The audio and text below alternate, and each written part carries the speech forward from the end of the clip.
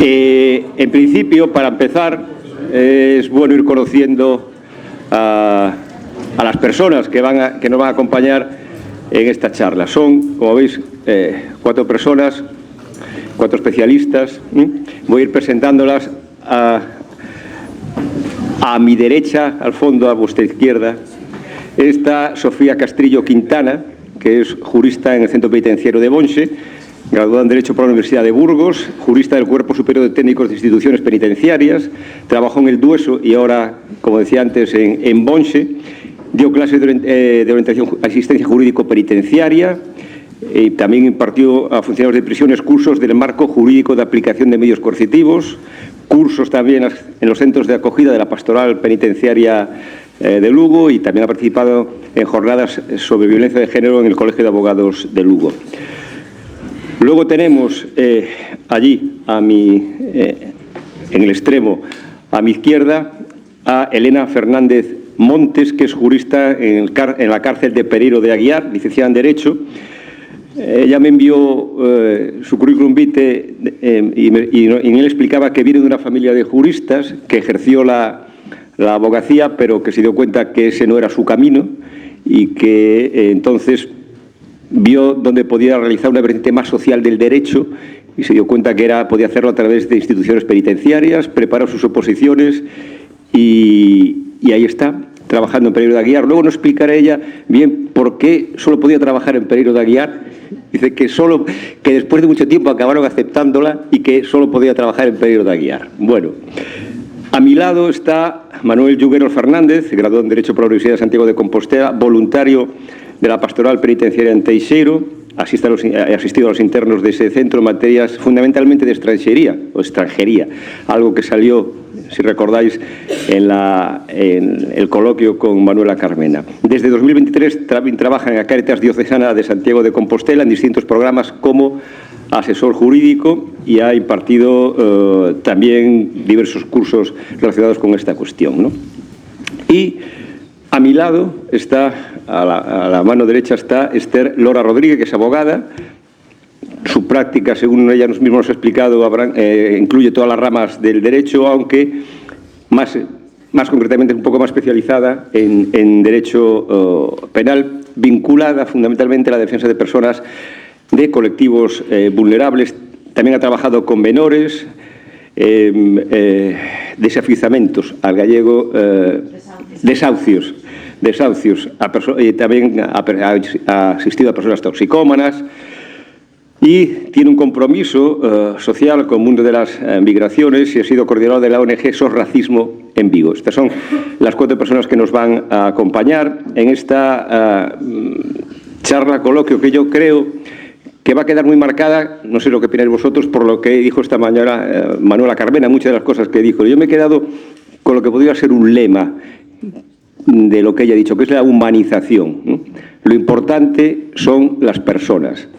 Y dijo al principio de todo, un interno sigue siendo un ciudadano. Yo creo que nos dejó esas ideas. Yo había preparado una cosa muy...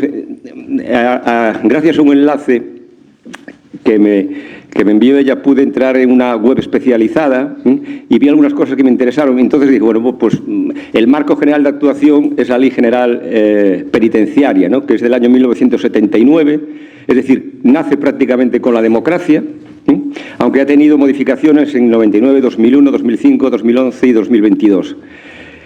Y hay una parte de la exposición de motivos que se resalta en esta web especializada y que yo creo que es interesante que se diga, ¿no? Dice la Ley General: esta ley constituye, pues, solo un primer paso en la normalización de la situación penal y penitenciaria de nuestro país y la implantación de un sistema de ejecución de penas y medidas de seguridad más justo y humano en el marco de un Estado democrático de derecho. Y se destacan una serie de cuestiones. Yo creo que son importantes porque determinan o significan o simbolizan objetivos muy importantes, ¿no? Consagración expresa del principio de legalidad en la ejecución de las penas y medidas penales, potenciación del régimen abierto, esto dice la Ley General, sumisión general del régimen penitenciario a las exigencias del tratamiento científico de los internos, régimen disciplinario adaptado a las normas promulgadas en 1973 por el Consejo de Europa. Importancia atribuida a la asistencia social durante el internamiento y la pospenitenciaría. Como veis, esto se decía en el año 1979. Nosotros, los que entramos en las cárceles o estamos en el voluntariado de la pastoral penitenciaria, tenemos a lo mejor algunas ideas sobre ello. Por cierto, a mí se me ha olvidado presentarme. Yo soy José Videla, soy voluntario de la pastoral penitenciaria en la diócesis de Santiago de Compostela, concretamente en Coruña, en los pisos de Coruña y también en la cárcel de Teixeiro. Entonces, primero ella me había pasado una serie de preguntas, todas muy interesantes, y luego yo le fui añadiendo algunas que se me ocurrían o que me surgían a mí a partir de mi propia experiencia. Pero bueno, quizá vosotros también luego tengáis la oportunidad en la parte final de la charla de expresar también vuestras preguntas o vuestros puntos de vista. Yo les había propuesto ahora que ellos durante 2 o 3 minutos brevemente dijeran, antes de que les interpeláramos, hicieran alguna reflexión sobre su actividad, sobre el régimen penitenciario, o incluso ahora, a lo mejor a partir de lo que nos ha dejado esta mañana Manuela Carmena.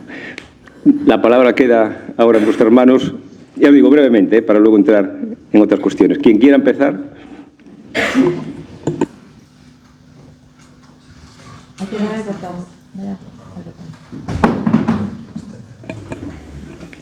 Buenas tardes.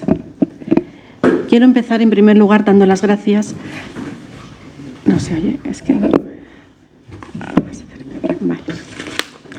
Buenas tardes. Quiero empezar en primer lugar dando las gracias a Pastoral Penitenciaria de Galicia y al capellán de la prisión de Bonse, don José del Río, por invitarme a participar en estas jornadas. Es un honor, de verdad. Bueno, yo soy de Burgos. Yo llegué a Galicia, a Lugo y a la prisión de Bonse en el 2002. Y claro, desde el 2002 hasta hoy, la sociedad ha cambiado y sigue cambiando muchísimo. Hemos tenido muchas reformas para adaptar nuestro ordenamiento jurídico a las decisiones marco de la Unión Europea. Y también hemos tenido muchas reformas en el Código Penal que afectan directa o indirectamente a la relación jurídico-penitenciaria y, por lo tanto, a las diferentes formas de cumplir una pena. En los últimos años, ha habido una transformación social como consecuencia de las nuevas tecnologías de información y de comunicación que, bueno, prisiones no se ha podido quedar al margen, al contrario, es muy beneficioso tanto para prisiones como para las personas que están privadas de libertad. Es un logro bastante bueno porque gracias a las nuevas tecnologías, por las videoconferencias, videollamadas, pues las comunicaciones orales, por ejemplo, de un interno que los tiene los fines de semana, sábados y domingo, ya las tiene más amplias. Pueden hablar con ellos pues, en los horarios que ellos determinen.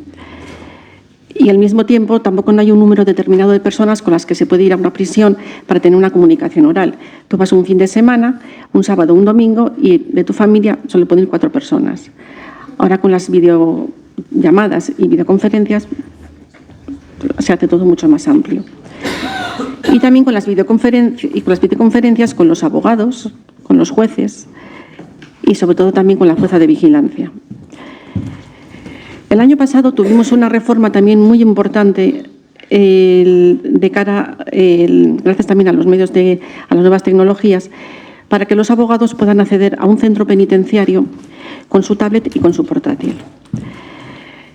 Claro, yo durante muchos años di clase en el Colegio de Abogados, en el máster de acceso a la abogacía. Yo daba clase en el colegio, pero luego les llevaba a la prisión de Bonse a conocer el centro.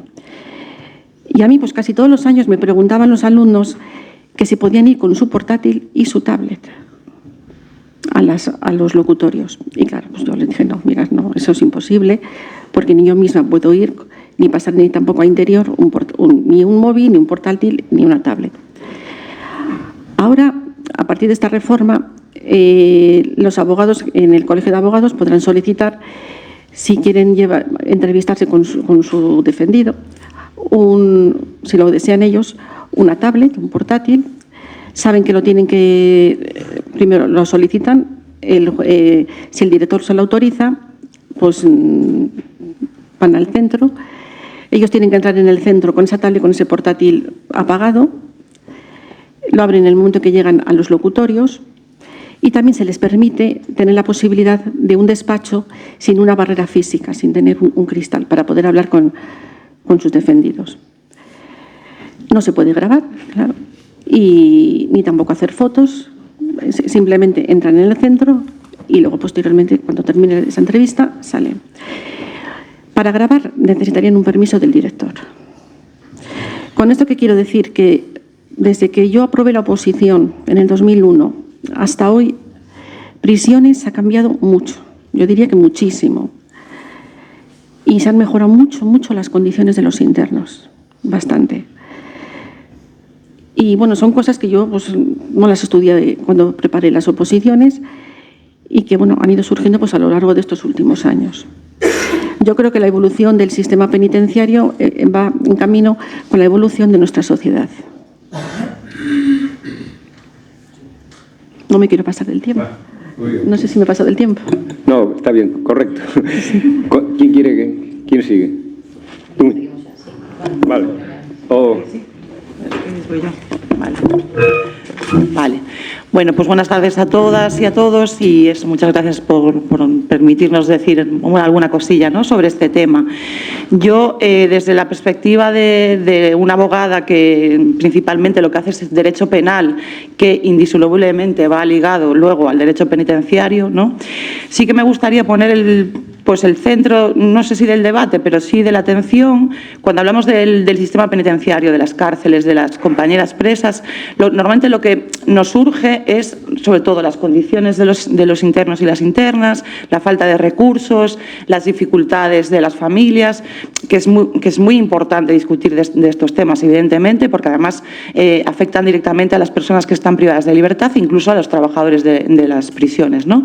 Pero muchas veces, desde nuestra perspectiva de abogada, sobre todo, que nos dedicamos al derecho penal y indisolublemente tenemos que entrar en ese mundo del derecho penitenciario, ¿no?, que es de lo que vamos a hablar un poco esta tarde, en un principio nos llama mucho la atención la normalización de un sistema normativo muchas veces opaco, muchas veces incluso arbitrario, no ya discrecional, sino arbitrario. Entonces, yo creo que hay un debate muy importante sobre si queremos un sistema penitenciario, unas normas penitenciarias retributivas, ¿no?, que obedezcan al principio de legalidad, que obedezcan al principio de jerarquía normativa.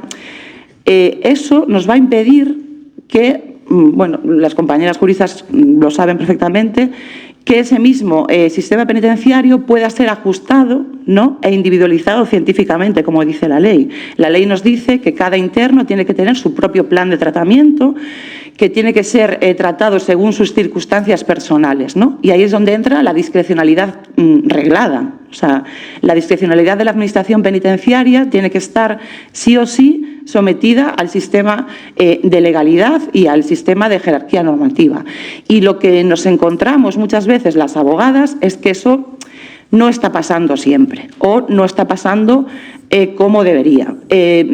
Tenemos, por ejemplo, resoluciones a solicitudes de permisos o resoluciones a solicitudes de progresión de grado en el que, como decía Carmena por la mañana, se utilizan fórmulas estereotipadas que no sabemos muy bien qué quieren decir, que utilizan criterios que legalmente no están previstos, que desoyen la doctrina del Tribunal Supremo, por ejemplo. Un ejemplo muy claro es, si yo tengo un parte, tengo que cumplir el parte, tengo que cancelar el parte antes de solicitar un permiso, ¿no? Pues el Supremo dijo en el 2019, en unificación de doctrina, en casación por unificación de doctrina, que eso no podía ser así, que tener un parte sin cancelar no podía ser motivo para denegar un permiso.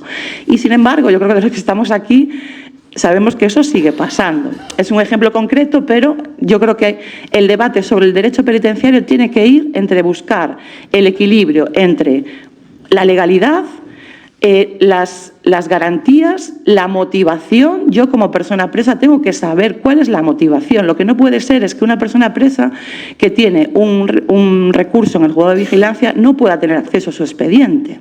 En cualquier proceso administrativo o judicial, podemos tener acceso a toda la documentación del expediente, a todos los informes técnicos preceptivos.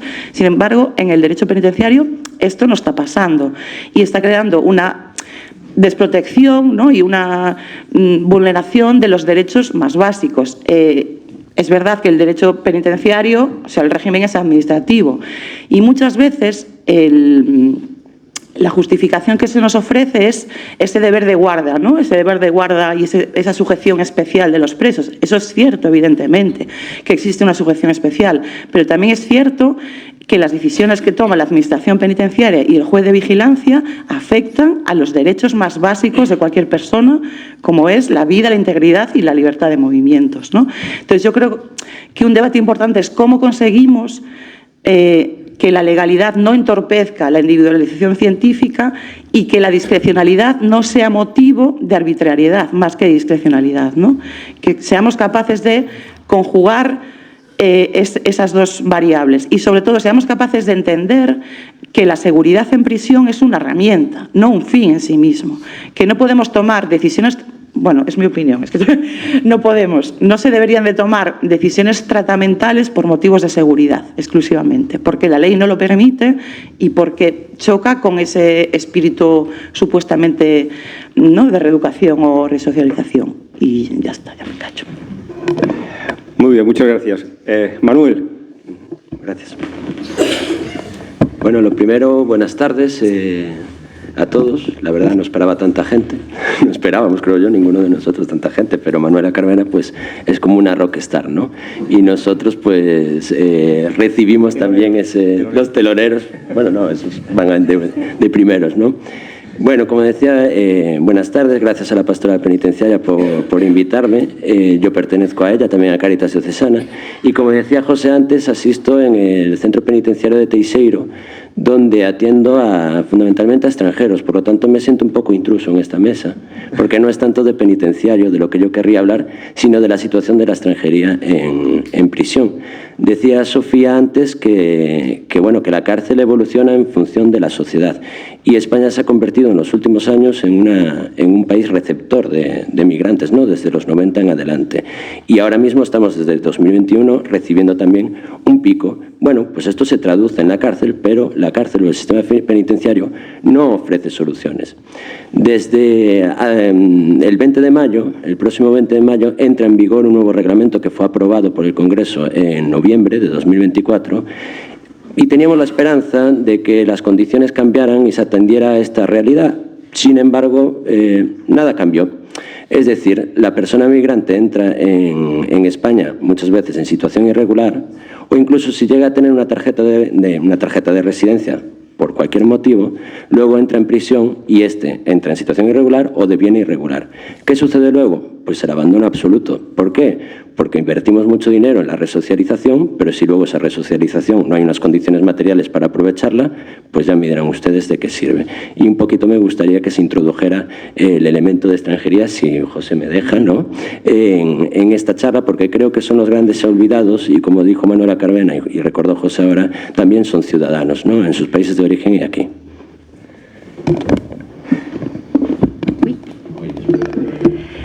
Bueno, pues yo comienzo haciendo esa aclaración que me interpelaba José de por qué digo que solo podría trabajar en Pereiro de Aguiar. Bueno, no lo sé, porque tampoco solamente trabajé en otro centro penitenciario y llevo más de 15 años en Pereiro de Aguiar, pero lo digo porque yo soy más anticarcelaria y más antipunitivista que ninguno de mis amigos y amigas, que ninguno de mis familiares, y aún así me quieren en mi centro penitenciario.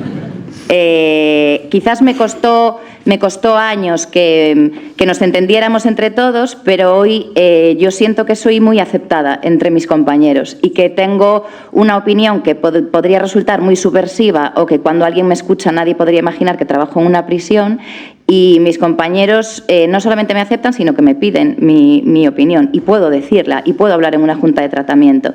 Y mi director se fía de mí y mi subdirectora también y eso creo que democratiza mucho el funcionamiento de un centro penitenciario. Por eso yo a lo mejor la visión que voy a dar es un poco sesgada desde el punto de vista de que trabajo en un centro pequeño, diría que bastante humanizado, que es una palabra que utilizó Carmena, ¿no?, como una necesidad absoluta del sistema, y con todas las, con todo lo que quede por trabajar y todo lo que todavía se podría hacer, creo que trabajó, pues eso, en un centro de unas características muy especiales. Decía Esther, y yo estoy totalmente de acuerdo con ella, en lo de las sanciones, ¿no?, como argumento para denegar un permiso. Yo hace muchos años que estoy, antes de que lo dijera el Supremo, yo soy así de lista, y ya lo sabía antes, que no podía ser un motivo único de denegación de un permiso, y en Pereiro yo diría que desde antes de que lo dijera el Supremo concedimos permisos con sanciones sin cancelar, porque obviamente no es lo mismo si acuchillas a tu compañero de celda que si llegas tarde a un recuento, ¿no?, o que si no te levantas por la mañana, o no es lo mismo si te pillan un CD que si te pillan un kilo de cocaína. Entonces, creo que hay que ponderar, y en Pereiro de Aguiar diría que hacemos eso. Parece que vengo aquí a hablar de lo maravilloso que es Pereiro de Aguiar, y mis compañeros os podrán decir que no me caracterizo precisamente ni por ser corporativista ni por la autocomplacencia, pero sí que creo que también hay una parte positiva o una otra forma de trabajar que también hay que poner en valor, porque es que si no, las personas que trabajamos un poco a contracorriente o en otro sentido, corremos el riesgo de quemarnos severamente, ¿no? Y en cuanto a la evolución del sistema penal, que era un poco como íbamos a introducir, yo creo que el derecho penal debe de ir un poco por detrás de los avances de la sociedad, no debe ir al mismo ritmo, porque creo que tiene que ser una regulación y una legislación especialmente pausada, reflexiva, meditada. Creo que legislar en lo penal a golpe de titular y a golpe de la tendencia y la moda y lo que ahora a todos nos ponen los pelos como escarpias, ¿no?, según qué noticias, pero es que el derecho penal no está para esto, no está para ser efectista, no está para satisfacer las ansias de venganza desde hace mucho tiempo, desde hace muchas décadas. Entonces, no volvamos a esto. Y yo creo que el derecho penal evoluciona con la sociedad un poco más despacio, digo, y creo que así debe ser, y creo que evoluciona con sus cosas buenas y con sus cosas malas, y evoluciona con el progreso, y evoluciona también con los avances de la regresión, ¿no? Hoy estamos en la época de la información o de la sobreinformación o de la desinformación, donde hay un montón de medios, casi todos los profesionalizados al servicio no siempre de la información, sino de otros intereses, y un montón de medios de comunicación que están arrasando, que no son profesionalizados, tiktokers, youtubers, influencers, lo mismo te cuenta cómo inyectarte votos en la boca que el asesinato que hubo ayer, y a golpe de esto se está generando una opinión pública que yo creo que parte de fundamentos erróneos. Y creo que es también un reto del derecho penal, ¿no? Y volver al principio de intervención mínima, que creo que este populismo punitivo, que también es tentador a veces, incluso para los grandes partidos políticos, ¿no? Porque está claro que, es algo que da votos. Hoy pasa algo horrible. Yo cuando hablo de esto de que las víctimas no pueden ser... A las víctimas hay que escucharlas y hay que atenderlas sin ningún género de duda. Y hay que estar con ellas, pero primero que el derecho penal no tengo muy claro que complazca o que repare o que satisfaga a las víctimas, y por otra parte hace mucho tiempo que las víctimas no son parte de la respuesta penal y no deben ser parte de la respuesta penal, porque en esto se basa nuestro Estado de Derecho, ¿no? Por eso el Estado tiene este arma y este poder coercitivo. Y cuando yo digo esto, que a veces se me pone un poco contra las cuerdas, ya digo, con mis amigos y mis amigas, que son con quien más discuto de esto, más que en mi trabajo casi. Y si a ti te pasara esta barbaridad, ¿no? O si a tu hija, si a mí me pasara esta barbaridad, o si a mi hija le pasara esta barbaridad, o si a mi hijo, o si a mi madre, seguro que tendría una reacción terrible, o no lo sé, pero muy probablemente tendría una reacción terrible, y por favor que nadie me deje legislar y que nadie me deje reaccionar, ¿no?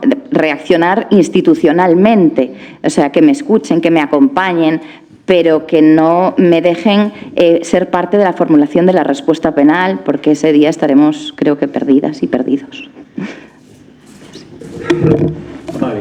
Pero ahora tú dices que no te dejes legislar, pero yo os voy a pedir que legisléis. A ver, no. En el sentido, a ver, ¿cuáles son, de alguna manera lo habéis ido esbozando, cuáles son desde vuestro punto de vista los principales problemas del sistema penitenciario y qué se podría hacer a medio o a largo plazo desde vuestro punto de vista? O sea, os voy a convertir por un momento en legisladores. Si quieres empezar tú ya para seguir. Claro, es que si para esto tengo 2 minutos está complicado ya. ¿Cuáles son los principales? Bueno, primero, en el derecho penitenciario, antes de hablar del problema del derecho penitenciario, yo creo que tenemos que hablar de los problemas del derecho penal porque nos precede. Entonces, repercute necesariamente y condiciona de forma gravísima el derecho penitenciario. Entonces, si el derecho penal ya viene con ciertos defectos de forma, ya estamos perdidos cuando llegamos. El primero, yo creo que es, lo que decía, de volver al principio de intervención mínima. Es decir, el Estado tiene que tener herramientas para responder a aquellas cosas que un individuo hace y que atentan contra los bienes jurídicos protegidos, que decimos en derecho penal, ¿no? Que son aquellos valores más importantes que tiene una sociedad. Entonces hay determinadas respuestas del Estado en lo administrativo. Si al perro no le pones el microchip no sé qué, te sancionan. Y el derecho penal está solamente para aquellas conductas más gravosas o que atentan de una forma que a la sociedad le repelen especialmente. Y dentro del derecho penal hay distintos tipos de penas. Está la multa, está la localización permanente, es decir, y la privación de libertad debería de ser lo último de lo último de lo último. ¿Con qué nos encontramos? Esto así por plantear algo muy general. ¿Con qué nos encontramos en los centros penitenciarios? Que el derecho penal sanciona periquito y ahora te lo mando ahí para que lo reinsertéis, ¿no? Porque de esto se trata, es decir, tú ingresas a alguien, ordenas que alguien ingrese en prisión porque en teoría hizo algo reprobable que conlleva su ingreso en prisión y en prisión tienen que hacer ese programa individualizado de tratamiento para poder revertir a esa persona a la sociedad en condiciones. Mi sensación es que el derecho penal está ingresando en prisión no la gente que hizo las cosas más reprobables, sino la gente más apartada, ¿no? Y atravesada por circunstancias más desfavorables. ¿Y qué nos pasa en muchas ocasiones? Que ingresa alguien por robar 4 peras, y esto es una forma de hablar, pero en ocasiones de verdad que el delito es más inocuo que robar 4 peras, que lo cometió hace 8 años y que en principio tendría que ser un claro caso de tercer grado, pero entonces te encuentras con la realidad, porque claro, el papel lo aguanta todo, pero cuando tenemos que ir a la práctica resulta que no tiene casa, que no tiene un euro, que no tiene ni un solo familiar, ni un solo amigo que le apoye, que tiene una situación irregular, que tiene un problema de toxicomanía. Entonces, que alguien me cuente qué hacemos con esto, con los medios que tenemos en instituciones penitenciarias, que no pueden reparar ni un 10% de todas estas circunstancias, ¿no? Entonces, yo creo que ese es el problema número 1 que tenemos. Tenemos una falta de recursos inmensa. Hay circunstancias muy concretas y muy prevalentes en prisión, problemas de salud mental, pobreza. La pobreza es, o sea, los centros penitenciarios son almacenes de personas que no quiere la sociedad y entonces te metemos ahí. Pero no te dejamos aquí. Yo ahora ya con mis compañeros ya discuto a veces y digo, bueno, esto que es un segundo grado asistencial, porque lo es. Porque si le damos tercer grado se va a morir mañana en la calle. Entonces, el problema es del derecho penitenciario. Sin duda alguna, el derecho penitenciario tiene que dotarse de más recursos, pero el problema es social. O sea, ¿qué está pasando para que una persona tenga que estar ingresando en prisión para tener una mínima asistencia, para engordar 10 kilos, para tener 3 comidas al día y para tener un sitio donde cobijarse? Entonces, yo creo que este es el primer problema gordísimo que después podríamos desmenuzar en otras cosas mucho más pequeñas, pero bueno, yo como soy bastante brasas, además me tenéis que Bueno, pues un poco al hilo de lo que has dicho, Elena, creo que estaremos todos de acuerdo, al fin y al cabo, de que ciertamente decías antes que el derecho penal siempre debe caminar un pasito por detrás de la realidad. Bueno, eso nos lo enseñaban en la Facultad de Derecho, en Teoría del Derecho, ¿no? Que el derecho por fuerza tiene que ir por detrás de la realidad. Van surgiendo las distintas necesidades y el derecho a veces rápido, a veces lento, casi siempre lento, va dando respuesta a esas necesidades, ¿no? Esto es lo que sucede un poco al hilo de lo que decía antes en la prisión. La sociedad va avanzando, va cambiando, y creo que el gran reto, que me preguntabas, José, el gran reto es atender a los distintos colectivos que han surgido en la sociedad, que aparecen ahora mismo en la cárcel. Antes mencionaba la inmigración, representa nada más ni nada menos que el 30% de la población reclusa, más o menos, ¿no? Sí, suele oscilar cada año entre el 26, el 30, el 32, pero bueno, se mantiene, la tendencia se mantiene, ¿no? Y el sistema penitenciario no debería darle una respuesta, así como el sistema punitivo, porque cuando hablamos de un inmigrante, y ya pido perdón a partir de aquí porque voy a barrer para casa bastante, ¿vale?, con el tema de la inmigración.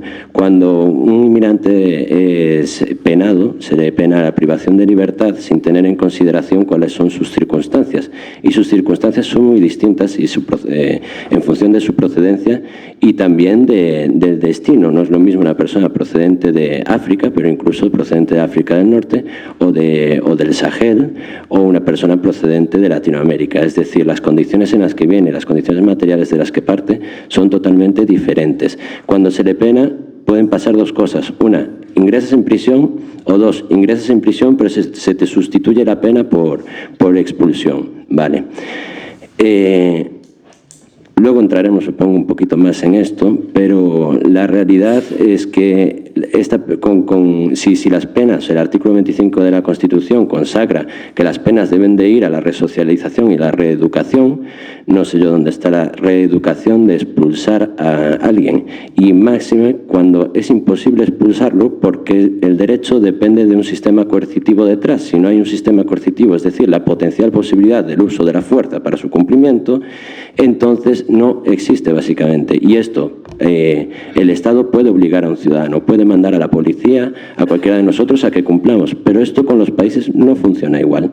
Entonces España puede decirle a Marruecos, oiga, ya ha cumplido la pena que queríamos que cumpliera y que entendemos que es para resocializarlo, para reeducarlo, ¿no? Se lo mandamos a usted educadito, por así decirlo. Pero Marruecos dice, no creo que esté educado, así que no lo recibo, básicamente. Y se queda ahí. ¿Qué pasa después? Pues que sale de prisión porque no se le puede retener, sería contrario a la ley. ¿Y qué pasa después? Pues que esta persona probablemente, muy probablemente, reincida, y de hecho tenemos una tasa de reincidencia rápida, ¿no?, de más o menos en los primeros 2-3 años. Yo creo que el reto, bueno, hablo de la inmigración, pero hay distintos colectivos, también, por ejemplo, el colectivo trans dentro de la prisión también se da, están las mujeres, es un sistema que claro, es abrumador la diferencia de hombres respecto a mujeres, es decir, las mujeres representan el 7% más o menos en las cárceles españolas. Claro, pues el sistema penitenciario está pensado en gran medida la oferta formativa, los trabajos, etcétera. Ya lo iremos viendo, ¿no? Pero creo que el gran reto es dar respuesta a todos estos colectivos minoritarios dentro de la prisión, y que también tiene que ver mucho con lo que apuntaba Elena, y es la falta de recursos que se da en la justicia, se da en el sistema penitenciario, y que muchas veces las entidades venimos a suplirlo. Y creo que no deberíamos, o sea, entiéndase bien, las entidades debemos estar ahí acompañando y siempre dando el apoyo, pero no debemos suplir o ser sustitutos de la tutela, de la responsabilidad que le corresponde al Estado. Es el Estado el que debe ejercer la tutela, es el Estado el que debe poner los recursos, y las entidades deben de ser, digamos, como un recurso subsidiario para las personas que salen de prisión y para estos colectivos. Y creo que ese es el reto fundamental a mi modo de ver. Vale, Manuel, con tu intervención has ido saltándome 5 o 6 preguntas que tenía preparadas directamente, bueno, has ido tocando todas. Pues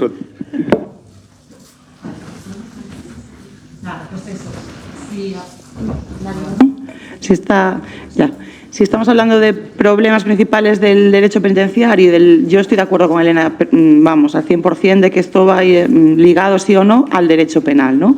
¿Y cuál es el principal problema? Que no nos creemos lo que las leyes nos dicen, no nos creemos que el derecho penal tiene que ser la última intervención. Tenemos multitud de delitos, o sea, muchísimas actitudes que antes eran administrativas, ahora pasaron a ser delitos penales, sean leves o sean graves o menos graves.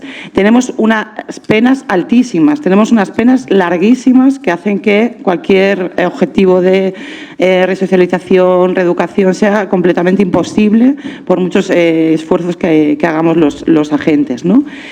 Y después falta que las instituciones, los agentes que intervienen en el derecho penal y en el derecho penitenciario realmente se crean que esto es una herramienta para lograr, por un lado, resocializar a esa persona y, por otro lado, en la medida de lo posible, reparar el daño efectivo a la víctima, ¿no?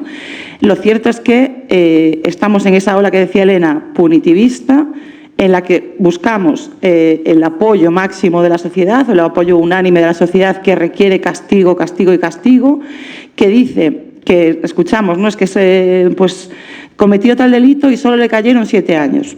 Sabemos lo que son 7 años de prisión. O sea, somos conscientes de la gravedad de lo que estamos diciendo. Entonces, eso nos pasa en el derecho penal. Tenemos que ser conscientes de la realidad que tenemos. Es decir, si a mí se me va a forzar a entrar en prisión porque no se me suspende, porque no pago la responsabilidad civil, por ejemplo, o sea, tenemos un derecho penal tan estático y tan enmarcado que el esfuerzo por reparar, o sea, ya no hablamos de justicia restaurativa, hablamos de el supuesto esfuerzo por reparar el daño, pasa sí o sí por tener capacidad económica para pagar una RC. Lo mismo pasa en el derecho penitenciario, porque algunas resoluciones de los centros penitenciarios también ponen la frase de falta por abonar la RC, cuando no tenemos en cuenta qué tipo de circunstancias personales, sociales y humanas personales tiene esa persona, ¿no? Es decir, si yo tengo mucho dinero y puedo pagar una RC, tengo un salvoconducto, por decirlo así, o tengo muchísimas más facultades o más facilidades para tener un buen proceso penal y un buen proceso penitenciario, ¿no? Lo mismo que decía el compañero y Elena también. Tema de dependencia a drogas, es decir, las drogas están presentes en la gran mayoría de los delitos que se cometen y por estadística los delitos que se cometen principalmente son contra la propiedad y tráfico de drogas. ¿Y por qué no dejamos que los técnicos, que los terapeutas guíen a los jueces y a los fiscales en lo que significa que una persona se ponga a tratamiento para no entrar en prisión, ¿no? ¿Qué significa que una persona dé positivo en un consumo puntual que nos va a decir el forense que está incumpliendo esa condición? Yo creo que es necesario que nos creamos efectivamente que una persona toxicómana necesita una segunda oportunidad y que eso es un proceso en el que hay que acompañar. Yo creo que los agentes que intervenimos no acabamos de, yo sí, evidentemente, pero yo creo que no se acaba de creer eso, ¿no? No nos acabamos de creer que el derecho penal sea el último recurso, no nos acabamos de creer que la gente merezca una segunda oportunidad y no nos acabamos de creer que la cárcel no es fundamentalmente, como decía Elena, un espacio de contención y alejamiento y de desconocimiento general de la sociedad, ¿no? Y ya me callo.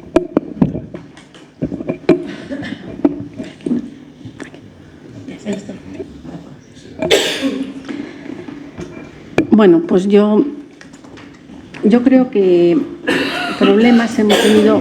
A ver, no se oye. Sí, ahora se me oye bien, ¿no? Sí. Yo creo que problemas hemos tenido en el pasado y muy acentuados. Y creo que se han ido mejorando poco a poco. Sí que es verdad que sigue habiendo problemas. Para mí, por ejemplo, es la falta de personal y la falta de medios. Tener en cuenta que nosotros hacemos muchos programas de tratamiento y muchas veces pues, nos falta personal para poder llegar a ellos, a todos. Entonces, yo pediría más falta de personal y más falta de medios.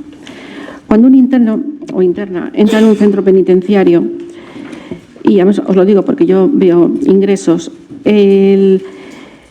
aparte de las entrevistas, pues veo los médicos, trabajadores sociales, educadores, psicólogos y juristas. Luego nos reunimos los técnicos, para elaborar un PIT para un programa individualizado de tratamiento para los penados y para los preventivos un modelo individualizado de intervención. Vale, los preventivos no sabemos el tiempo que van a estar en un centro, pero un penado que puede venir a cumplir 3, 4 o 5 años de condena, en ese PIT tiene unas actividades prioritarias y complementarias. En las actividades prioritarias se va a basar en el tipo de delito, es decir, si el interno X ha cometido un delito de violencia de género, pues iría derivado a un programa de violencia de género. Si el interno ha cometido un delito de agresores sexuales, sería para un delito de agresores sexuales. O un delito cometido como consecuencia de las drogas, pues para un programa de deshabituación de drogas. Pero claro, estos programas son voluntarios, a nadie se le puede obligar a hacer un programa de tratamiento. Ni va a tener consecuencias disciplinarias, ni regimentales, ni de regresión de grado. Ni tan siquiera traslado a otro centro. Nosotros, como centro penitenciario, intentamos poner las herramientas para ayudar a esas personas con esos programas de tratamiento. Porque, claro, la reeducación y reinserción social, ¿qué es? Los programas de tratamiento. El problema viene, claro, pues que en el momento que ellos salen a la calle, en libertad definitiva, pues vienen de un centro penitenciario, puede haber mucho rechazo social, o enfrentarse también pues, a un mundo muy desconocido, o que simplemente la sociedad lo rechaza por haber estado en una prisión. Yo diría que los problemas principales a los que nos enfrentamos, vuelvo a repetir, son falta de personal y medios y recursos para poder hacer todos los programas que tenemos. Porque sí que es verdad que tenemos varias ONGs y que colaboran mucho con nosotros y nos ayudan muchísimo, pero aún así se necesita más gente. Bueno, ha salido ya... ¿Me escucháis? Sí. Ha salido ya varias veces la cuestión de la resocialización, de la reinserción. Realmente, y además la Ley General Penitenciaria se fija ese objetivo. Realmente se está consiguiendo, siempre hablo de vuestra propia experiencia personal, ¿o creéis esa ola punitivista de la que se ha comentado aquí, digamos que potencia la visión de la cárcel o incluso que el sistema funcione más como un castigo, como un proceso de reinserción social? Es decir, ¿se está cumpliendo efectivamente eso o digamos que es algo que está sobre la letra o sobre el papel, pero que no se lleva a efecto? Quien quiera empezar, que empiece. Claro, es una pregunta complicada. Yo creo que no. O sea, que claro, no todo es blanco o negro. Yo creo que ahora mismo no. Y podríamos hablar de los motivos. Yo creo que la falta de medios es importante, es un motivo importante, la falta de recursos. Hablabas, por ejemplo, Sofía, de los programas. Muchas veces esos programas existen, pero otras veces se está alegando, porque yo te hablo de cosas que yo he visto o que he recurrido, ¿no? Pues se está alegando que un interno no hace un determinado programa de asunción de la culpabilidad o de biogen, por ejemplo, cuando la cárcel no es capaz de dar ese curso siempre de forma constante, o sea, que no se le había ofrecido, no había oportunidad real de realizar ese programa porque no había plazas, tenía que esperar a la siguiente convocatoria, ¿no? Que eso parece una estupidez, pero en la progresión y en la vida del interno es muy importante. Entonces, la falta de recursos me parece fundamental para intentar esa parte de los programas, ¿no? de resocializar. Y yo, además de eso, diría que falta la concepción real. Yo creo que es verdad que las cárceles están, bueno, que son cárceles muy grandes, ¿no? Pero, bueno, la tuya, ¿no? Las vuestras no, justo, pero vamos, que una cárcel muy grande es verdad que falta personal, falta atención, falta contacto personal, sobre todo psicóloga, trabajadora social. Es necesario que conozcan a las personas, es necesario que conozcan el mundo que los rodea, el mundo de donde vienen, el mundo al que van a volver, pero yo sigo insistiendo que hace falta que nos lo creamos y que la seguridad y la contención muchas veces se convierte en fin y damos muchísima más importancia a que todo nos vaya bien y que la cárcel sea segura y que haya condiciones de vida un poco estables a realmente a buscar esa finalidad de la reinserción, ¿no?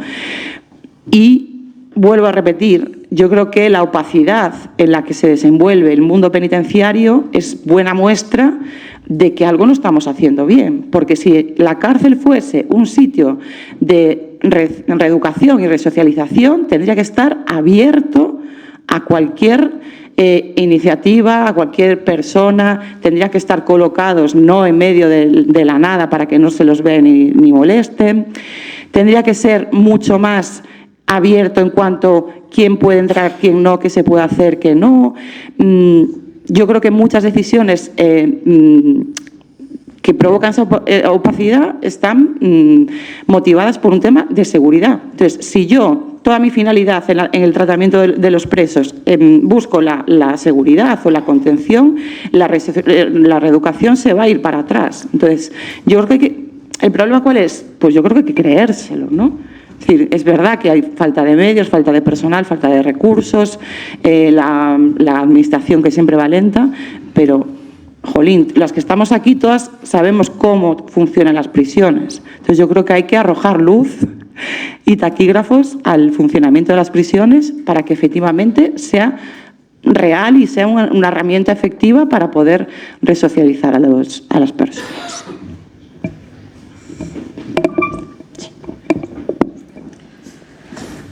Bueno, pues yo no estoy de acuerdo contigo.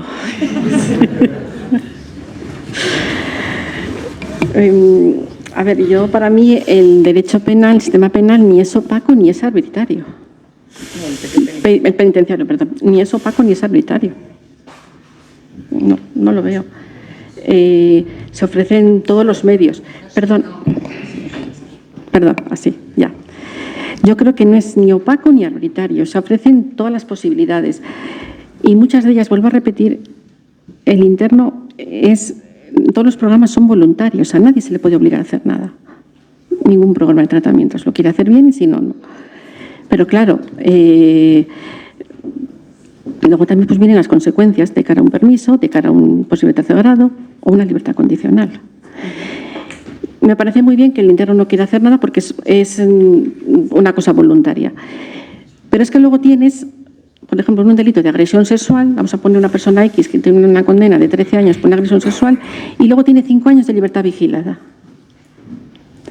Vale, en ese delito de libertad sexual, ese interno podrá o no querer hacer el programa. Si lo hace muy bien, pues estupendo. Si no lo hace, pues claro, luego cuando salga en libertad vigilada es cuando lo va a tener que hacer. Porque en libertad vigilada el interno va a estar en la calle, termina de cumplir la condena, el interno va a estar en la calle con su familia, con sus amigos, trabajando, pero tiene a lo mejor una libertad vigilada de 5 años en el que la Junta de Tratamiento le va a proponer una serie de medidas del Código Penal que serán aprobadas luego por el Juzgado de Vigilancia y por el Tribunal Sentenciador, como por ejemplo la obligación de realizar el programa de agresores sexuales en el servicio de gestión de pena, por ejemplo, o de cumplir esa orden de alejamiento durante X tiempo.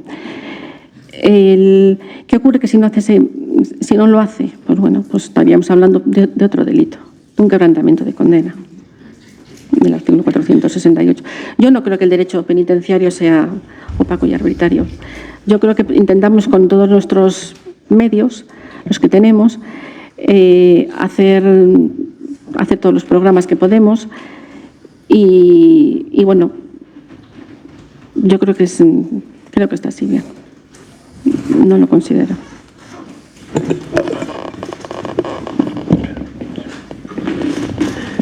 Nada, yo solo apuntar una reflexión a raíz de lo que habéis comentado, que bueno, la pregunta era que hemos introducido ya el tema de la reinserción, de la resocialización y si esta es efectiva en la sociedad en que vivimos, tal. Bueno, yo creo que a lo largo de la historia del derecho punitivo, derecho penitenciario, la cual, hombre, no es que sea experto, pero creo que a lo largo del tiempo sí hemos mejorado. No se puede negar que antes primaba un sentido punitivo, la búsqueda de castigar al reo por el hecho ilícito que ha cometido, o sea, de un reproche social, el derecho de reprocharle que eso está mal, ¿no? Y castigarlo hacia una, sobre todo pasamos en el caso de España, por ejemplo, de la dictadura a la democracia, donde ya se consagra ese derecho. Lo que pasa que, claro, la reinserción o resocialización tiene que materializarse de alguna manera. Y la reflexión que quería apuntar es que yo creo, y a lo mejor soy un poco conformista, que claro, que aquí hay el sentido punitivo versus resocialización o reinserción. Y esta es la dialéctica que se juega siempre. Y se va a confrontar siempre. Creo que es algo endogámico. Creo que es algo que pertenece a la condición humana, que las personas, la sociedad, y eso los políticos lo aprovechan, siempre van a buscar el clamor de la pena, siempre van a buscar que se castigue a la persona. Y creo que es la función de los funcionarios, y hay grandes funcionarios dentro de prisiones, que son los que pelean a contrario, es decir, la batalla no es que la reinserción lo tenga perdido, pero es un derecho conquistado, no es un derecho natural, por así decirlo, no es un derecho natural. Y creo que hay que estar siempre alerta, porque aunque la sociedad hoy en día esté más educada que nunca, seguimos viendo discursos y que surgen discursos en la política que claman por castigar a los presos. Esa reflexión.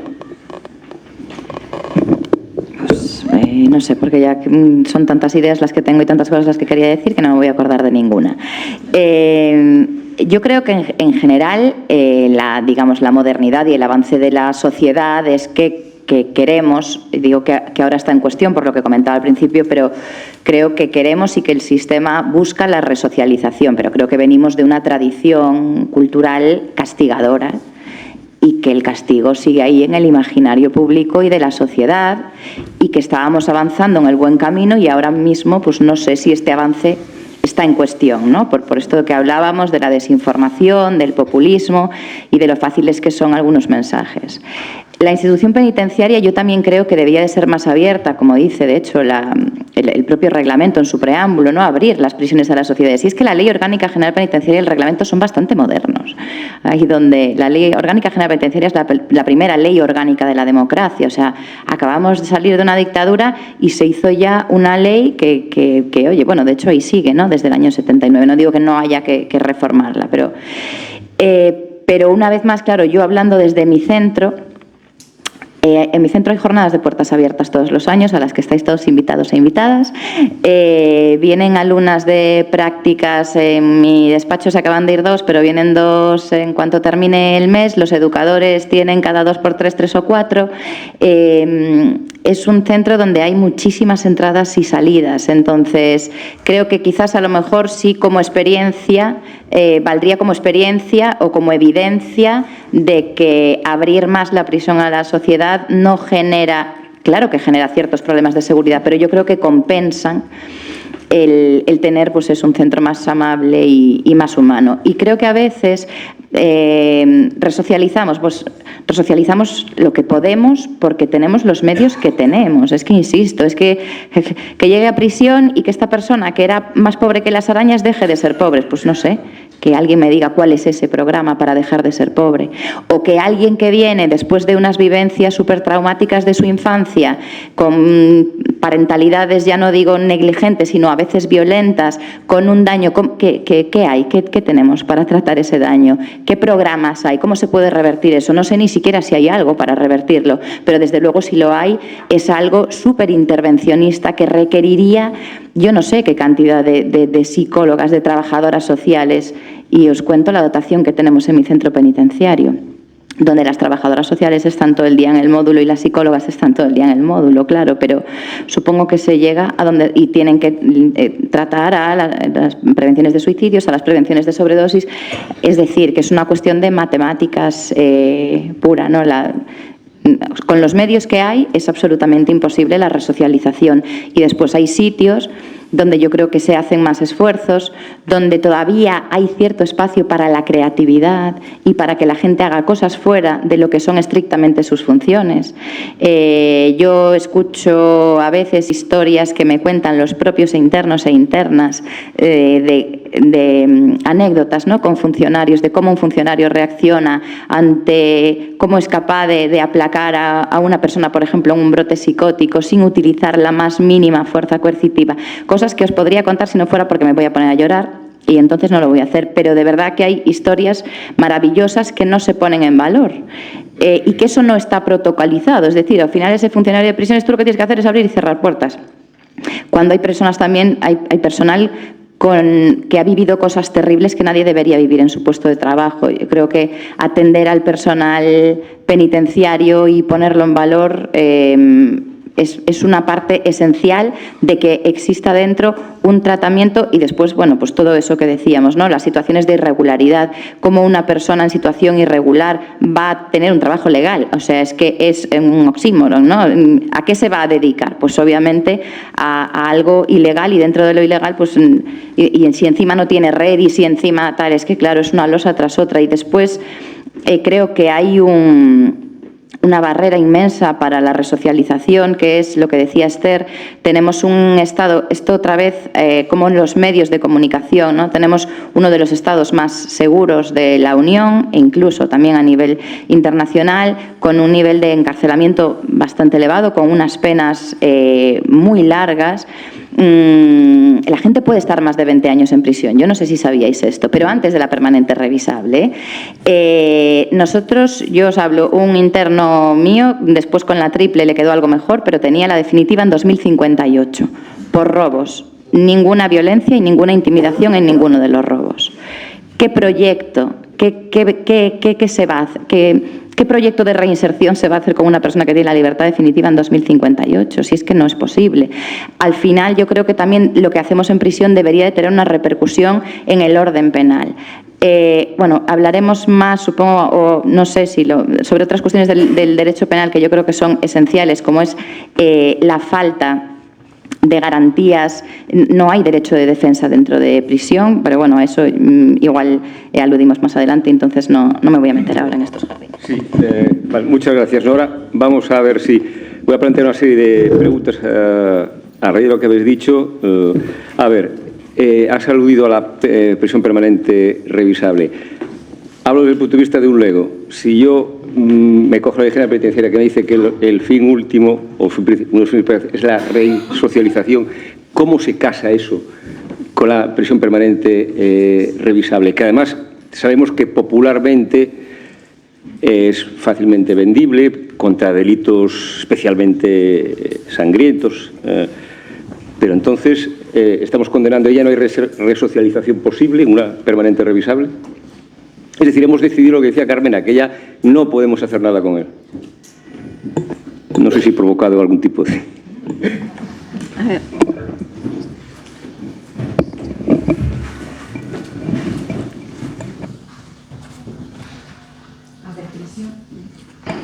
Ahora. Sí, ¿no? Sí, me oye. Prisión permanente revisable nació para dar una respuesta a la demanda social como consecuencia de delitos muy, muy graves. Es verdad que fue una reforma en el 2015, es verdad que hubo muchísima discusión política que dio origen a la publicación, cuando se reformó el Código Penal del 2015, pues se publicó uno en el 30 de marzo del 2015 y otro el 31 de marzo del 2015, porque claro, los políticos no se ponían de acuerdo ni con esta figura ni tampoco con el terrorismo. Se aplican a unos delitos muy específicos, es decir, asesinatos de menores de 16 años, personas que están en una situación de vulnerabilidad por razón de edad, enfermedad, discapacidad, el asesinato pues, del jefe del Estado, del rey, de la reina, la princesa de Asturias, delitos exactamente, bueno, dentro de los delitos de genocidio, etcétera. Bueno, le estáis diciendo de la resocialización y reeducación. Pues, claro, el Código Penal te dice que bueno, para poder acceder pues, a un tercer grado, primero, para poder disfrutar de un permiso, tienen que pasar 8 años y 12 años para los delitos de terrorismo y que pertenezcan a una organización criminal. Si luego para poder estudiar el tercer grado tienen que pasar 15 años para los demás delitos y 20 para los delitos de terrorismo y organización criminal. A los 25 años, cuando se estudia ya la libertad condicional, es cuando se empieza a revisar. No sabemos lo que va a pasar. Es complicada, pero sí que es verdad que esto surgió como respuesta a una demanda social muy grande. Perdona, entonces, de nuevo los políticos actuando al corto plazo, es decir, yo ahí no quiero, yo de político no entro en la gravedad, por supuesto, de los delitos, es decir, eso es de historia, pero yo lo relaciono con lo de que ¿Alguien sabe lo que es estar en la prisión? Quiero decir, si tú a un individuo que está en prisión lo condenas a una permanente revisable, le estás diciendo que probablemente se muera aquí y que 25 años los va a comer sí o sí. Vamos a ver, yo acabo de decir que puede salir de permiso. Vale. Van a salir a los 8 años y a los 12 años, en el caso de los delitos de terrorismo y organización criminal, son 12 años, pero el resto son 8 años. Pueden acceder a un tercer grado, claro, pues a un tercer grado, pero tiene que pasar un periodo de tiempo, 15 años y 20 para los terroristas y los que pertenezcan a una organización criminal. De cara a la libertad condicional, pues es a los 25 años y es cuando ya se empieza a revisar esta prisión permanente revisable. Pero sí, claro, pueden salir a la calle cuando llegue un periodo de tiempo, si se considera que pueden, que reúnen requisitos, pues a lo mejor es posible. Sí, yo creo que muy rápido. Es verdad que surgió como una respuesta a una alarma social y es lo último que tiene que hacer el Código Penal y el derecho penal y el derecho punitivo o penitenciario. No podemos, lo decía antes Elena, y es una discusión eterna que tenemos desde hace años, ¿no? Es decir, no podemos darle una respuesta tan grave a un clamor popular, porque bueno, también quién mide lo que es un clamor popular ¿no? O sea, ¿cuál es el clamor popular? ¿El que sale en un programa de máxima audiencia, el que se mueve en redes? ¿Cómo sabemos qué es lo que quiere la gente? ¿Qué escuchamos, ¿no? ¿A qué personas escuchamos? O sea, plantearse aunque sea revisable, que yo no pueda acceder a la libertad condicional hasta los 20 años, es evidente que eso es lo decía antes Elena, es decir, un señor o una señora que sabe que no va a tener opción, pase lo que pase, haga lo que haga, a tener la libertad condicional antes de los 20 años, yo creo que eso es completamente incompatible con cualquier principio de reinserción. Porque además es que la respuesta está en la trampa, es decir, la trampa es la gente está asustada por los delitos más graves, pues entonces vamos a poner una figura que castigue claramente esos delitos graves. Si ponemos el foco en el tipo de delito, eso no debería ser un criterio para decidir qué se hace con una persona o para decidir los factores de reinserción. El tipo de delito debería de ser modular la respuesta, pero no de repente voy a dar una respuesta tan grave para que la gente se calme. Yo, en mi opinión, creo que es completamente, que era la pregunta, yo creo, completamente incompatible con el principio de resocialización.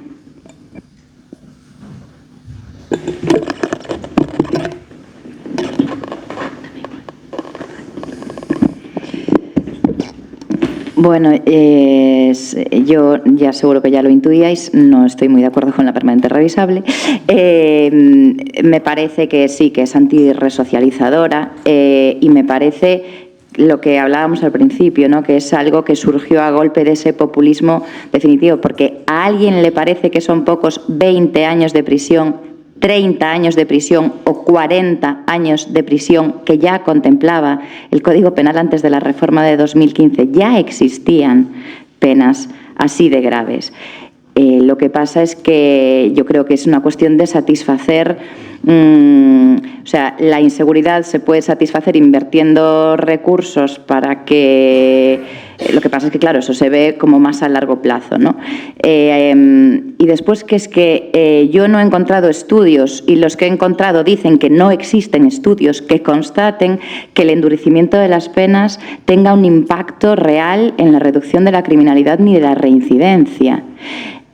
Un tipo de delitos para el que está pensado este tipo de penas tan duras, por ejemplo, son homicidios muy graves a menores y a mujeres y delitos de terrorismo. Son, yo diría, que los arquetipos de delito donde el victimario se suicida después. Una persona que está dispuesta a morir después de matar, ¿le va a importar si son 20 años, 30 o la permanente revisable? Alguien cuando va a cometer una atrocidad está pensando, uy, no, claro, sí, ahora con la permanente revisable ya no, con 20 sí, si lo bajan a 20, con 20.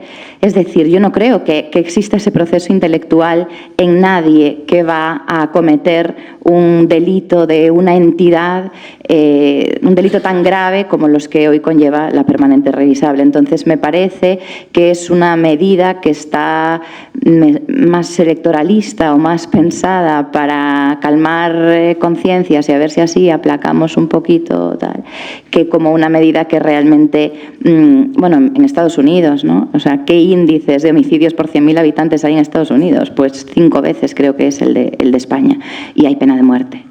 Entonces, bueno, yo creo que ya no, con eso no tiene mucha justificación.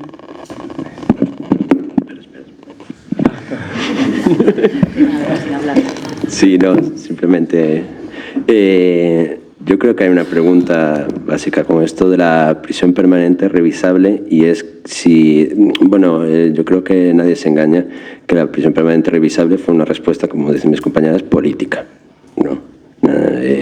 Todos lo sabemos, ¿no? A raíz de una serie de delitos muy graves y que nos asustó a todos en los medios. Pero la pregunta es si una vez que se modificó y se introdujo en el Código Penal, ¿ha cambiado algo? O sea, España ha cambiado después de la prisión permanente revisable. ¿Redujo la delincuencia? Pues como dice Elena, no. La delincuencia, de hecho, las tasas están subiendo. De hecho, hubo progresivas modificaciones en las que muchas veces endurecía el Código Penal, y las tasas siguen creciendo, no digo de manera exponencial, pero han crecido en los últimos años. Por lo tanto, ese clamor punitivo responde más a intereses electorales, como decía Elena y el resto de mis compañeras, que a cualquier otra idea de resocialización o de reinserción, porque no se había estudios. Yo estudié en la carrera, corregidme si me equivoco, pero que a partir de los 15 años ya no se puede, penas superiores a los 15 años, que ya no había posibilidad de reinserción, o la resocialización por lo menos se menoscababa, se frustraba. Por lo tanto, si hablamos de penas de 20, 25 años, 30, 35, como decías tú, José, es cercenar la vida de una persona, literalmente, ¿no? Ahora bien, también me gustaría decir que aquí podemos dar nuestra visión jurídica, y efectivamente la cadena perpetua no tiene encaje dentro de nuestro sistema jurídico. La prisión permanente revisable, bueno, con eso de la nota revisable, venga, lo podemos meter a calzador, ¿no? Es contrario para mí al 25 de la Constitución española, que es el de la resocialización. Pero echo de menos un poquito en el debate también, que se nos sobrepasan nuestros conocimientos, al menos los míos, a psicólogos y a psicólogas que hablen sobre las distintas tipologías de delito, de delincuente, la persona, el reo, y sobre las posibilidades de resocialización de unos, de otros, porque creo que ellos mismos no están muy casados. Creo que hay posturas enfrentadas. De hecho, yo trabajo en un programa, se llama Programa Vagalume, de asistencia a mujeres en contextos de prostitución y víctimas de tráfico de seres humanos, ¿no? Y allí tenemos una psicóloga en plantilla, y discutía precisamente esto, y la psicóloga decía que hay ciertos perfiles que no son resocializadores, y los discutíamos, pero que había debate en el ambiente. Entonces echo de menos que se incorpore a esta gente, ¿no? Porque desde un punto de vista jurídico como que queda amputado. Nada más. Muchas gracias. Bueno, voy a plantear un par de cuestiones y luego abrimos la mesa a vuestras preguntas. Una primera, ¿cuál es vuestro punto de vista, vuestra opinión sobre la justicia restaurativa? ¿Está el sistema, la estructura del sistema penitenciario español preparada para aplicarla no como algo excepcional, sino como algo más o menos habitual?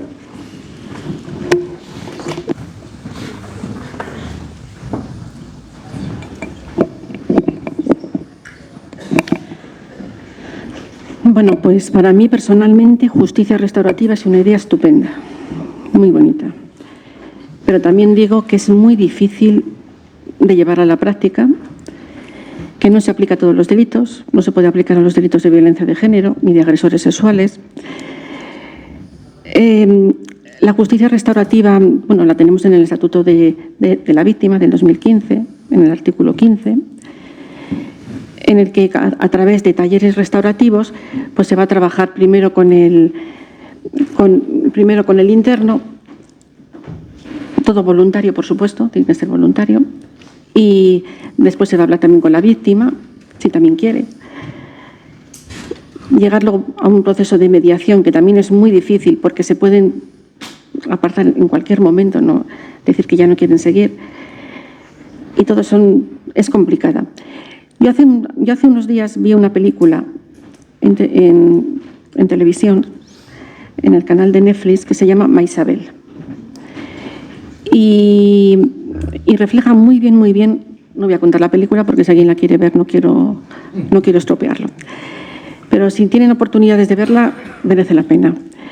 Refleja muy bien lo que es la justicia restaurativa, a través de un proceso que se inició en el País Vasco, en una prisión en Anclares, Cares Araba, y entre la mujer de un político que la habían matado. Bueno, es que voy a contar la película. Pero bueno, creo que la hemos visto casi quiero todos. decir que esa película refleja muy bien lo que es la justicia restaurativa. Es una buena idea y ojalá que pasito a pasito llegue a triunfar, porque creo que merece la pena.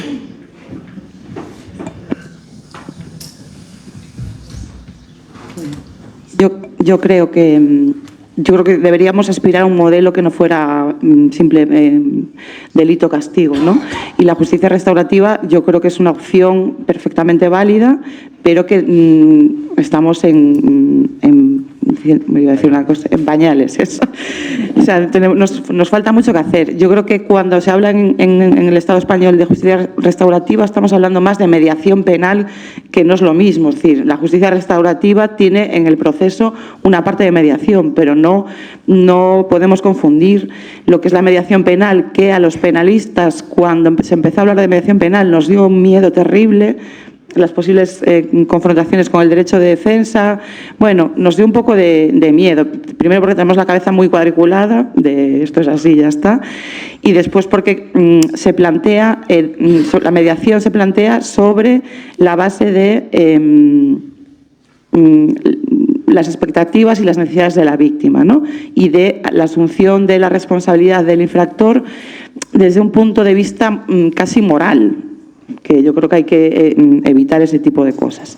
Pero bueno, en definitiva, con las limitaciones que comentaba Sofía también, de que no se puede aplicar a determinados delitos, yo creo que eso es un error. Yo creo que cualquier delito debería ser susceptible de someterse a la justicia restaurativa. Yo creo que debemos caminar a este régimen alternativo. ¿Por qué? Porque lo que decían los compañeros, no funciona el sistema penal, no funciona el castigo, no funciona, las tasas de delincuencia van a seguir iguales, la gente sale peor de lo que entra. Entonces tenemos que buscar una alternativa y yo creo que la justicia restaurativa es alternativa. Ahora nos queda mucho camino para andar, sí.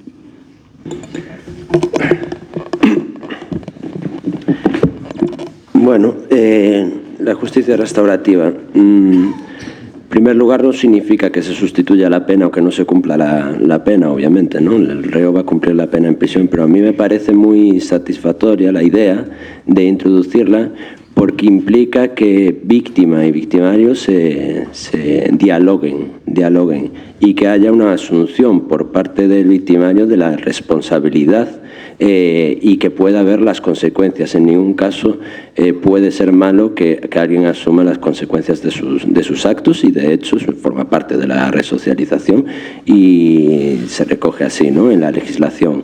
Me cuesta mucho creer que una persona que haya cometido un delito, que esté pagando en prisión por ese delito como reo, al dialogar con la víctima y vea las consecuencias, no sufra una catarsis, o a lo mejor es demasiado ambiciosa la palabra catarsis, ¿no?, pero no sufra un cambio en su interior que le lleve a mejor y de hecho que le lleve a comprometerse en el resarcimiento del delito más allá del cumplimiento de la pena, porque muchas veces pensamos, o al menos yo lo veo en la cárcel, no sé si mis compañeras lo comparten, que la responsabilidad civil queda en agua de borraja muchas veces, ¿no?, por la insolvencia, por lo que sea, pero que no hay una asunción más allá de la responsabilidad que de cumplir la pena y punto. Yo creo que en ese sentido la justicia restaurativa es muy positiva por el diálogo que se crea entre victimario y víctima. Tampoco No tengo mucho que añadir, ¿no? Me parece que es lo más aproximado al concepto de justicia, ¿no? La que restaura, obviamente no, a veces no se puede restaurar íntegramente, pero la que tiene una intención reparadora a la víctima. Entonces, pero bueno, en nuestra realidad y en nuestro estado, que yo sepa, no existen más que pequeñas iniciativas, proyectos piloto, y no es algo que esté protocolizado ni normalizado, ni es parte del sistema por el momento. Sería maravilloso que lo fuera, obviamente poco a poco. Yo además no excluiría ningún tipo de delito de esta posibilidad, pero bueno, creo que también requiere de pedagogía, de un avance social, de un trabajo muy importante con las víctimas y, una vez más, requiere de recursos, recursos y recursos.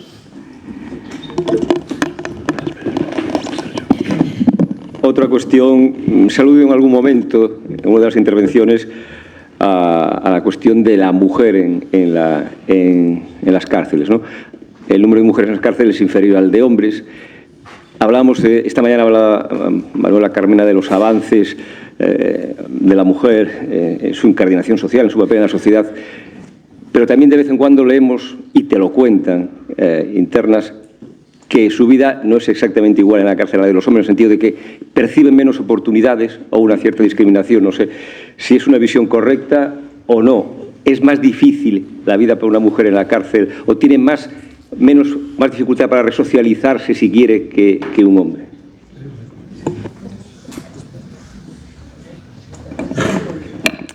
Bueno, yo soy la jurista de la prisión de Bonse y tenemos internas, tenemos mujeres, aproximadamente unas 20. Yo os digo que no hay ningún tipo de discriminación, cumplen las condenas en las mismas condiciones que los hombres, van juntas a la escuela con los hombres, van juntas a realizar cualquier tipo de actividad deportiva o cualquier tipo de actividad en el salón de actos para organizar alguna fiesta de la Merced, etcétera. Hay trabajos que también trabajan tanto los hombres como las mujeres, por ejemplo, en cocina. Bonse es un centro pequeño que tiene unos destinos remunerados, que tiene un pocos destinos remunerados porque, por las condiciones del centro. Pero tenemos hombres y mujeres que van a cocina, hombres y mujeres que van al destino de panadería, hombres y mujeres que van al destino de lavandería. Salen de permiso igual que los hombres. Van a la escuela igual que los hombres. Salidas programadas igual que los hombres. Yo no veo ningún tipo de discriminación. Al contrario, veo que están igual.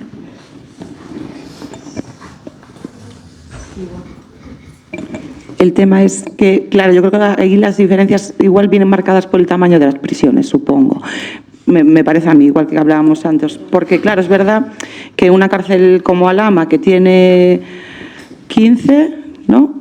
Que tiene 15 módulos, de módulo de mujeres hay uno, luego hay mixto y luego está el 8, que es mixto también. Entonces, por fuerza, yo evidentemente estoy de acuerdo con lo que tú dices, que salen a las salidas, tienen los permisos, todo eso es así, solo faltaría. Claro, el tema es que en una cárcel en el que, no sé, igual el 7, 6% son mujeres, es casi inevitable que no tengan las mismas oportunidades, por lo menos de convivencia, porque yo si soy un preso hombre, puedo escoger un módulo convivencial, un módulo de respeto o un módulo ordinario.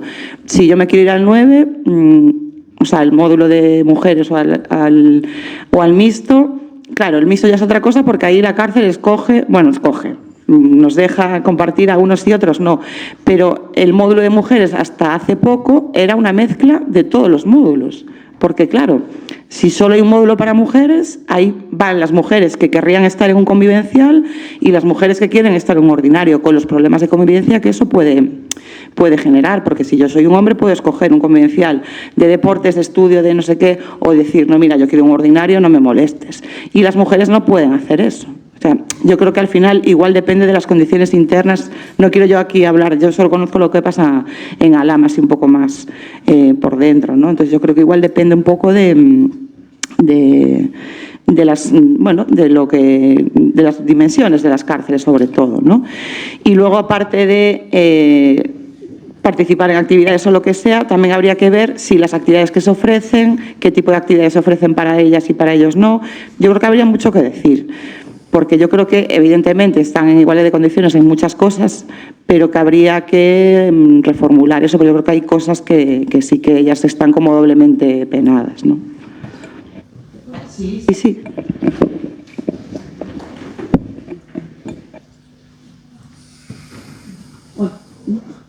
Sí, apagué yo. A ver, yo quería comentarte que como estabas diciendo, que las mujeres si quieren ir a un módulo determinado o a otro departamento, es que el destino lo decide el director. Nosotros somos un equipo. Vemos a los internos, juristas, psicólogos, trabajadores sociales, educadores, médicos. Pero luego el destino, si va al módulo A, B o C, Claro, pues es una mujer no hay ninguna opción, de acuerdo. Pero si, por ejemplo, vale, de acuerdo, estoy de acuerdo contigo, pero si, por ejemplo, esa mujer tiene un niño, puede pedir el traslado pues, a la prisión de Aranjuez, que es Unidades de Madres. Claro, pero es Aranjuez. Vale, sí, de acuerdo. ¿Quieres estar con tu niño? Sí, de acuerdo. Pero yo lo que te quería comentar, yo lo que quiero decir es que no por el hecho de que sea mujer va a tener peor módulo que si hay un módulo de mujeres va a estar, sí, de acuerdo, por la estructura del centro va a estar en ese módulo. Pero no significa que hayan... Yo es que no veo ningún tipo de discriminación, de que pueden hacer todas lo mismo que un hombre. No... Claro, sí, yo sí, perdón. No se oye. No, es que sí. No, claro, yo me refiero a una cosa muy concreta, pero yo creo que es un poco obvio, es decir, los que conocéis la cárcel por dentro, no es lo mismo un módulo que otro. No. Ya, pues yo creo que esa libertad o este derecho de poder pedir traslado o que se me pueda trasladar un módulo a otro, eso es un derecho, es una ventaja, por decirlo así, que puede mejorar mi vida en prisión y mucho, y las mujeres no lo tienen. Solo quería decir eso, pero yo creo que podríamos pasar. Sí, no, solamente no. Claro que lo pueden hacer. Cogen un papel, un bolígrafo, hacer una instancia y mandarla a la Junta de Tratamiento. Solicito el traslado a la prisión, por ejemplo, de Alhama, pues porque mi familia está viviendo en Pontevedra, porque tengo a lo mejor la oportunidad de encontrar un trabajo allí, porque a lo mejor, bueno, una serie de circunstancias se puede hacer con un traslado. Vale. A ver, menudo melón, ¿no? Menudo melón, digo, que hemos abierto. Como el de la prisión permanente. Van a ser todas así, a partir de ahora. Ah, no, ¿en serio? ¿Ya está? Vale. Bueno, no, yo quería decir, vamos a ver. Claro, contestándote, Sofía, un poco. Sí, en cuanto a igualdad de frente a la ley, frente a la norma penitenciaria, tienen todo porque es igual, ¿no? O sea, la ley es general, cumple un principio de generalidad que se aplica a todo el mundo. Pero, bueno, el centro penitenciario al final es una realidad donde la realidad numérica hace que se creen tensiones ya fuera de lo jurídico, ¿no? Lo que decías tú, Sofía, ¿no? Que haya un módulo, por ejemplo, frente a una inmensidad de hombres y que toda la oferta esté pensada para ellos. Yo solo pongo un ejemplo, porque tampoco es que conozca mucho la materia, ¿no? Pero me llama la atención que las empresas colaboradoras, bueno, en la prisión hay empresas colaboradoras que establecen talleres donde la gente, donde el preso puede trabajar, tal, y sacar un dinero, ¿no? Ir ahorrando con los mismos derechos. Los talleres a los que yo acudo, que veo, no sé en Monse, pero en Teixeiro, son para correas, para asientos, para de cuero, tal, con maquinaria, tal, que no pasa nada, que está bien. Pero quiero decir, son todos hombres. O sea, son todo hombres. Y después los trabajos que hace la mujer tradicionalmente dentro de la prisión normalmente son los de trabajos para la propia prisión, ¿no? Lavandería, mantenimiento, cocina, tal. Esa es la impresión que me da, no lo estoy afirmando de forma categórica, simplemente te lo pregunto si es así, porque yo es lo que observo en los talleres y en las cocinas y en las lavanderías, en los distintos puestos. Espera. Sí, sí, claro. Sin problema. Sí, hola. A ver, primero hay que tener en cuenta también un poco la estructura del centro. La estructura del centro. Yo trabajo en una prisión pequeña de 278 internos. Hay un módulo para el departamento de mujeres. Hay un módulo, bueno, y 4 módulos, o sea, un módulo de respeto, una UTE, un módulo preterapéutico y un módulo normal. Sección abierta, ingresos y enfermería. Claro, dentro de lo poquito que tenemos, o sea, dentro de las posibilidades que tenemos, a la hora de elegir a los internos, porque claro, todo esto pasa por la Junta de Tratamiento para elegir los puestos de trabajo, ¿vale? A la hora de elegir a los internos o a las internas, es que no hay ningún tipo de discriminación. O sea, no es decir, tú porque eres mujer, o tú porque eres hombre, o tú porque... No, es que hacen los mismos programas, los mismos cursos. Ahora acabamos de empezar el programa de call center y también lo están haciendo mujeres. Es todo, o sea... No hay... No digo que sea simple una cuestión por parte de como que haya una mano invisible que esto todo lo ordena, tal, y pone a la gente aquí y allá, tal. Sí, no, quiero decir que las mismas inercias que se dan en la sociedad fuera de la cárcel se dan también dentro, y por lo tanto yo veo que en un taller, da igual, porque yo vengo de Vigo, es una ciudad industrial, y además mis padres tienen un taller, y el taller son hombres, y todo está acomodado para los hombres, y que esas mismas inercias pues se dan en la prisión, ¿no? Los vicios que tenemos nosotros fuera de la prisión se trasladan allí simplemente. Vale. Venga, que voy a desempatar. A ver, yo creo que a lo que se refiere Sofía, lo que estamos entendiendo es que hay una vocación por parte de la gente que trabaja en prisión de tratar exactamente igual a un hombre que a una mujer, pero obviamente no se le puede pedir a los centros penitenciarios la heroicidad de que haya igualdad cuando las mujeres son un 7%, si en la población general somos el 51% y todavía no tenemos igualdad. Entonces, en una sociedad que todavía no es al 100% igualitaria, donde las mujeres somos la mayoría, ¿cómo van a ser igualitarios los centros penitenciarios donde las mujeres son un 7% o ni un 7%? O sea, me parece que sería exigir, y quiero decir, soy feminista y estoy todos los días a la lucha con esto, pero es que me parece como un reclamo. Que otra cosa es que se exija en el ámbito penitenciario que todos los días se lleven a cabo batallas y programas para paliar esto y que haya una acción, una actitud proactiva por parte de la Administración. De hecho, hay un montón de programas, que esto sería otro debate. Ahora hay un montón de programas específicos dirigidos a las internas y solos a las internas, que yo creo que ya tienen una sobrecarga de igualdad, que están las pobres, que ya es como, pero otra vez, ¿no? Que a veces... Bueno, pues también hay que, no sé, que bascular ahí un poco como qué tratamiento, hasta qué punto es positivo y en qué punto ya empezamos a ser reiterativos y a lo mejor hay que trabajar más otras cosas, el empoderamiento de otro tipo, tal. Entonces, hay una sexualización del trabajo, pero no la hay en el mundo libre. Es decir, es que, no sé, claro, pues la prisión, queremos que no sea un espacio artificial, ¿no? Y ya lo es, porque, claro, que tiene una parte de artificio, pero me parece un poco iluso esperar que un medio en el que las mujeres son una absoluta minoría, es que no llegan a un 10%, que haya esa igualdad. Claro que hay menos opciones de separación, sin duda alguna, es decir, tú eres una mujer y tienes un problema en el módulo en Pereiro de Aguiar y te tienes que ir, tienes un problema de convivencia, digamos, grave, y con un interno se puede paliar con un cambio de módulo y lo cambiamos aquí, ahora lo cambiamos allá, venga, ahora intentamos aquí, a ver si... Y con una mujer no podemos hacer esto, claro. Entonces, bueno, yo creo que es decir, que no es discutible en el sentido que siendo tanta minoría, yo me pongo a mí como ejemplo de mala praxis, yo llevo el módulo de mujeres. Somos 2 juristas en Pereiro. Yo llevo más o menos a 120 internos e internas. Llevo a 100 hombres y a 20 mujeres. Adivinad a qué módulos dedico más tiempo. Pues claro, a los hombres, porque yo tengo todos los días 7 instancias de cada uno de los módulos, voy a decir una cifra así, y de mujeres tengo una cada 2 o 3 días. Entonces, si eres una mujer, para ver a la jurista tienes que esperar 3 semanas o 4. Y si estás en el módulo 1 o en el módulo 2, pues probablemente me vas a ver a los 4 o 5 días de haber enviado la instancia. Esta es una realidad, claro.